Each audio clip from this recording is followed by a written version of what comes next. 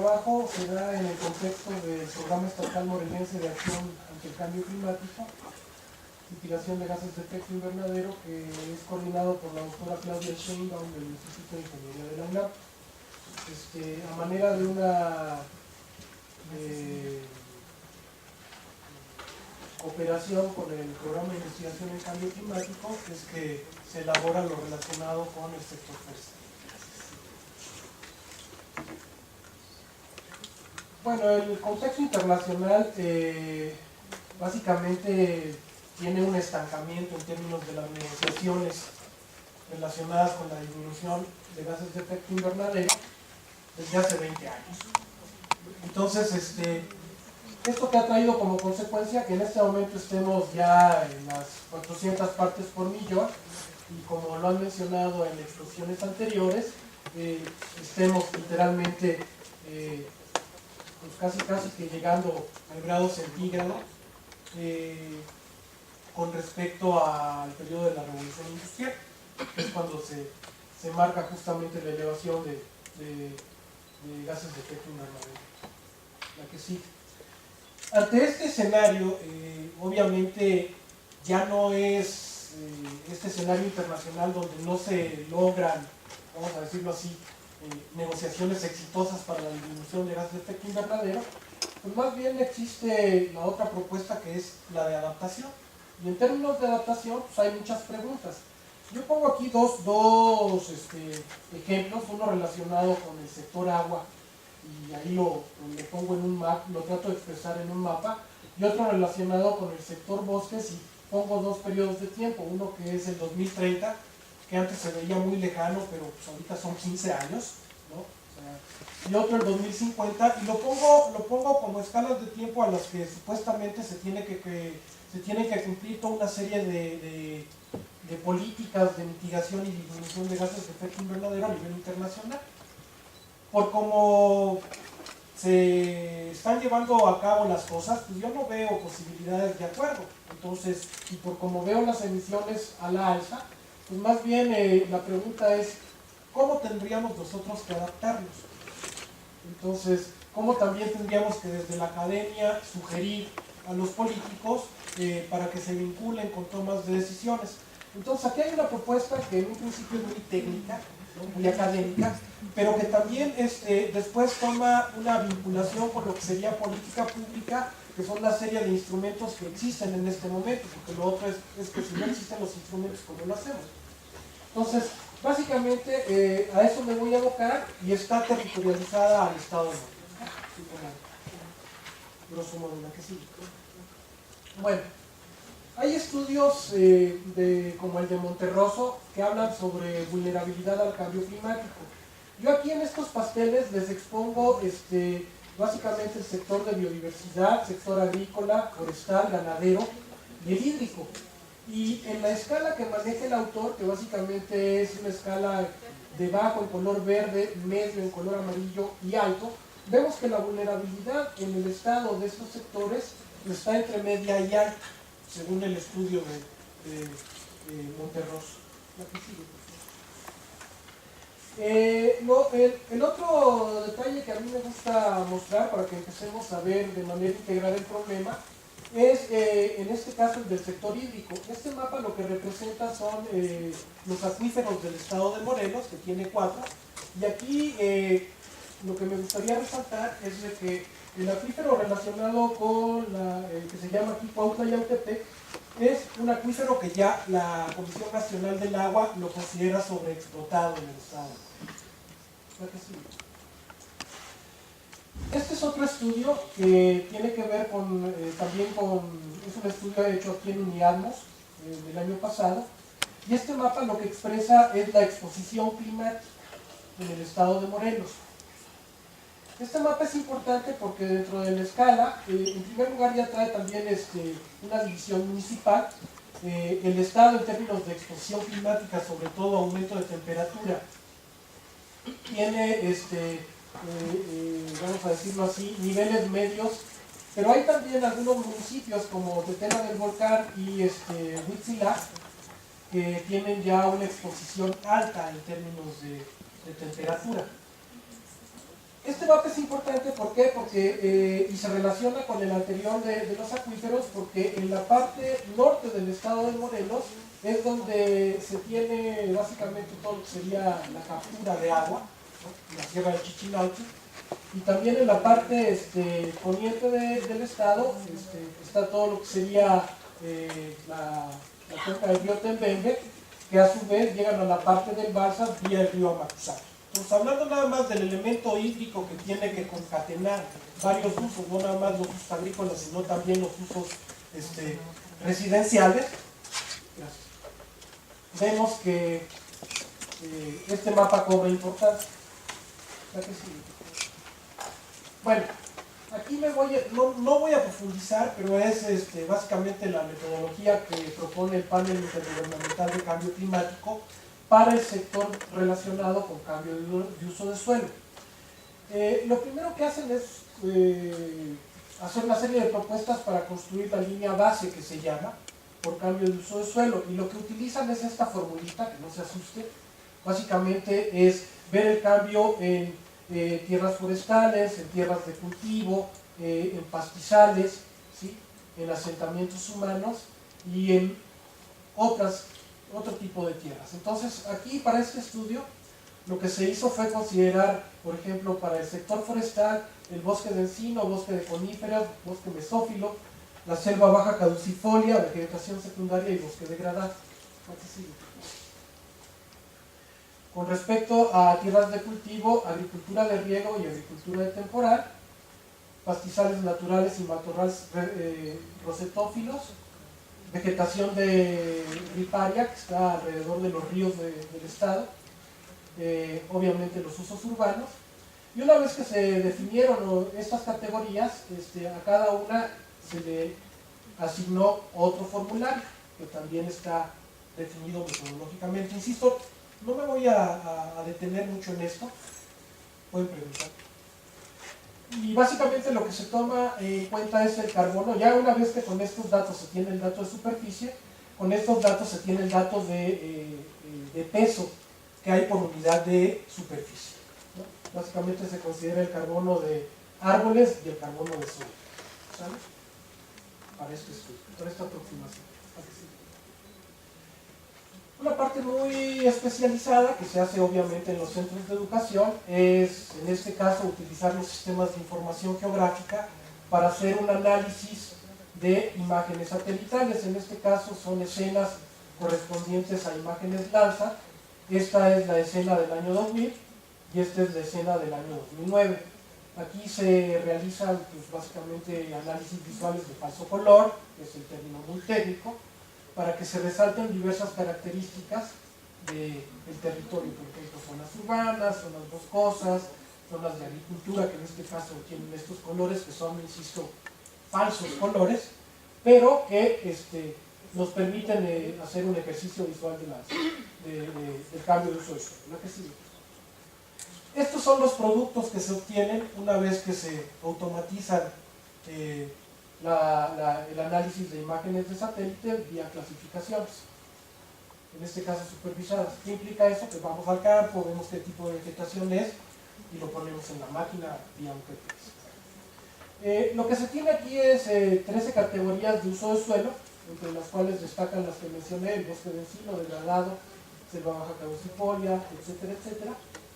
Para el año 2000, que es una de las escenas que tenemos, la que sigue, y para el año 2009, la que sigue, por favor. Luego, pues, como todo trabajo académico, lo que nosotros hacemos es basarnos en trabajos anteriores. En este caso, para hacer la tasa de deforestación utilizamos el trabajo de Palacio Prieto del 2004, él trabaja aquí en el Instituto de Geografía, y la única modificación que hacemos es no referirnos a las cantidades en términos porcentuales. Entonces aquí vemos que hay lo que sería una vegetación en el año inicial, vegetación en el año final, ¿sí? Y lo que sería también el aspecto relacionado con el periodo de análisis, que en este caso son 9 años. La que sigue. Todo eso que vimos en la imagen de satélite nosotros lo vamos a traducir a tablas. Estas tablas nos van a dar por cada una de las categorías de uso de suelo, lo que sería una superficie, tanto para el año 2009 como para el año 2000. Y luego lo que hacemos es ver la variación que hay en estos años. En este caso los números negativos significa que hubo un cambio donde decreció la superficie, y los números positivos donde aumentó la superficie. Aquí curiosamente, mientras los bosques de encino, los bosques degradados y la selva baja caducifolia tienen números negativos, es decir, en el 2000 había más superficie que en el 2009, las otras áreas que van creciendo, a lo mejor a expensas de estas, son la agricultura de riego, agricultura de temporal y obviamente el suelo urbano. La que sigue. La tabla anterior se refería a la diferencia que había en 9 años.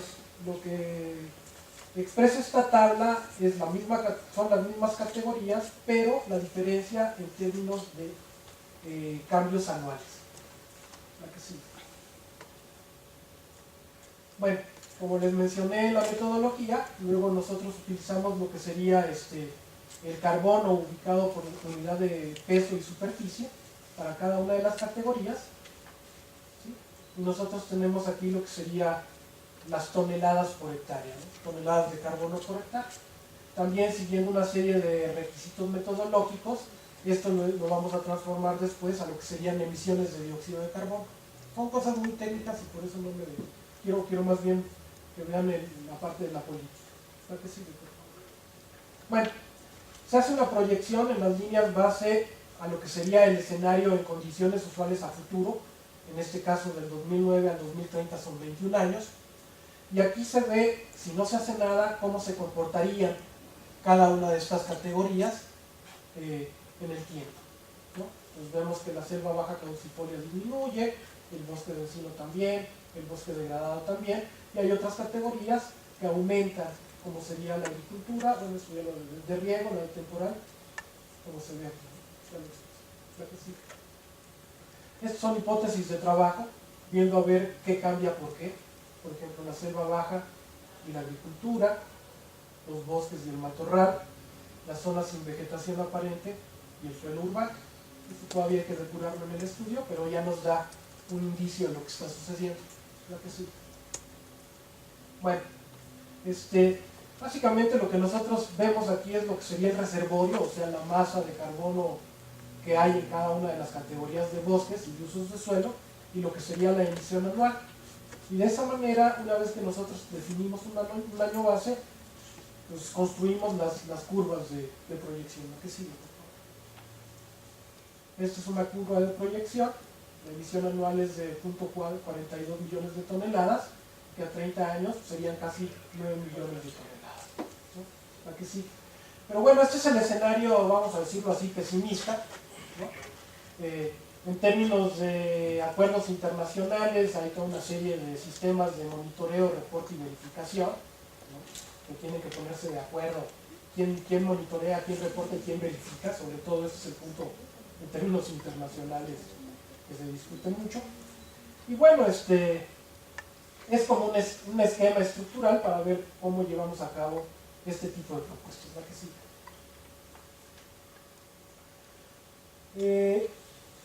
Para definir los escenarios ya no de emisión, sino los de mitigación, que es para empezarnos a meter con qué políticas vamos a trabajar, nosotros vimos que el bosque de encino, la selva baja y los bosques degradados tienen las mayores tasas de emisión.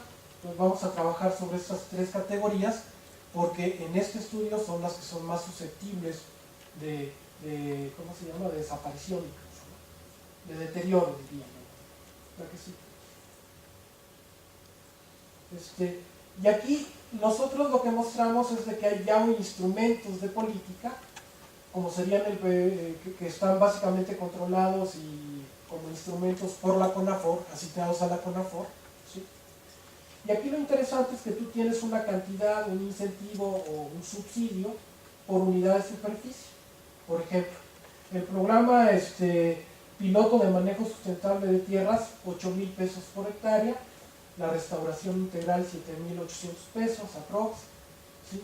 Tienes también lo que sería aspectos vinculados con mantenimiento de zonas restauradas, cuencas prioritarias. Y aquí lo interesante es que tienes una cantidad de dinero por unidad de superficie, que es la que como instrumento se utiliza en este estudio como sugerencia para disminuir o para mitigar gases de efecto invernadero por cambios de uso del suelo. Creo que sí.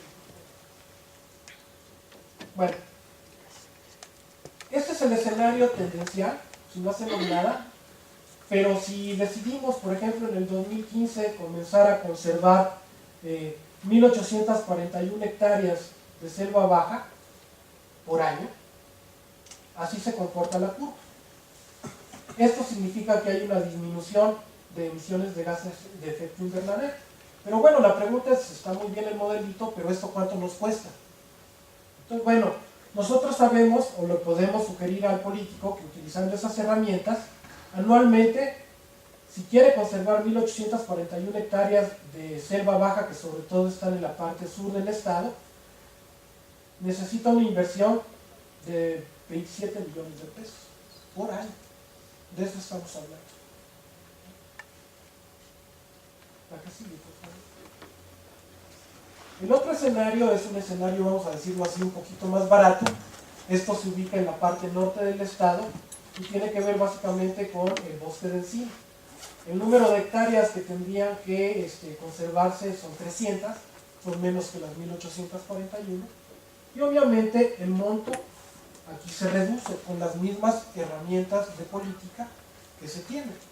Entonces también aquí otra alternativa para sugerirle al tomador de decisiones es, bueno, si no hay tanto dinero, pues puedes empezar por poco, ¿no?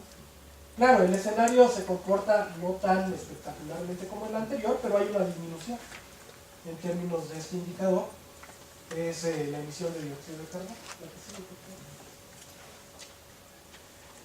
Esto es cuando nos metemos con aspectos relacionados con reforestación y con el programa de reforestación.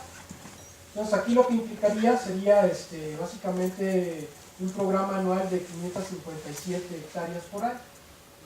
Y el costo aproximado sería de 8 millones de pesos por año, ¿no? Tampoco se comporta tan espectacularmente, pero hay disminución de emisiones. ¿La que sigue? Si la decisión es conservar tanto bosques de encino como selva, aquí tiene un comportamiento interesante en la gráfica o el escenario futuro, ¿no?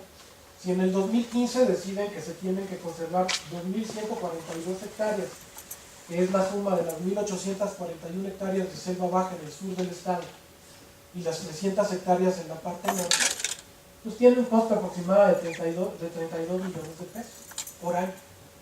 Entonces, bueno, aquí nosotros estamos también utilizando también las herramientas de los funcionarios que están, ¿no? Entonces no pueden decir que no hay con qué hacer, ¿no? Básicamente es una propuesta técnica, ¿no?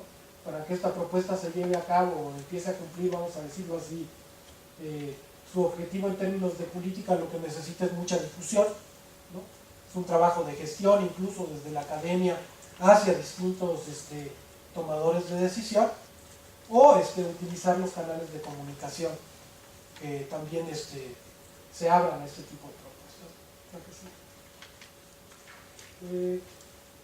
Bueno, lo otro es verlo en términos de aspectos integrales. Entonces, algo que también se está manejando en este momento es todo lo relacionado con gestión de riesgos y cambio climático. Una política forestal per se no te va a brindar, vamos a decirlo así, soluciones inmediatas. Entonces tienes que verlo en términos integrales. Y para esto, por ejemplo, todo lo relacionado con gestión de riesgos es hacerle la propuesta al político de que hay otros instrumentos que tienen que ver con ordenamientos territoriales y que tienen que ver con los atlas de riesgo a escala municipal, que básicamente los trae en este momento la SEDATU, ¿no? Que es otra entidad de gobierno. Obviamente esto implica participación social y comunitaria, lo cual hay veces que queda en el olvido, porque por el momento se prefieren lógicas correctivas, es preferible echar a andar el plan DN3, ¿no?, a aspectos preventivos. Entonces ese es un punto importante como medida de política a cambiar, ¿no? La que sigue, por favor. Obviamente, ¿qué implica que las distintas entidades gubernamentales que tienen que ver con el territorio estén coordinadas? Pues mucho, ¿no? Aquí me faltó mencionar obviamente a la Semarnat, un error, no sé si consciente o inconsciente, pero tiene que ir la Semarnat aquí. Porque ahora también una propuesta relacionada con ordenamiento territorial son las unidades de gestión ambiental. Entonces, bueno, ¿cómo tendrían que incluirse estas unidades de gestión ambiental? Pues tienen que incluirse en los otros instrumentos, como serían los programas de desarrollo urbano a escala municipal. El fortalecimiento del marco institucional en términos legales básicamente tiene que ver con que sea más expedito tanto la ejecución, la implementación, como la sanción que tiene que ver con aspectos ambientales, ¿no? Que luego ahí el tiempo puede extenderse a años, ¿no? Que sigue, por favor. Algo que tiene mucho que ver con comunidades tendría que ver que hay ya ejemplos en el país de áreas naturales comunitarias, ¿no? Donde la gestión la tiene el propietario de la tierra. Entonces esa sería otra de los elementos integrales para que puedan operar estas propuestas que son muy técnicas, ¿no? La que sigue, por favor. La que sigue. Y que pues, obviamente se fortalezca todo lo del programa de pago por servicios ambientales, pero pues con precios que sean competitivos. En este momento pues esos montos que se manejan todavía son muy bajos, ¿no? Y eso sería todo. Una propuesta técnica y una sugerencia para que se utilicen instrumentos de política.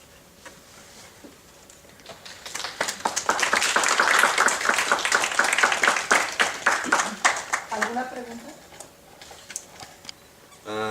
En cuanto a estos subsidios que mencionaba, sobre las políticas vigentes, etcétera, supongo que habrá un estudio, porque mi pregunta viene a colación por su último comentario sobre los pagos por servicios ambientales.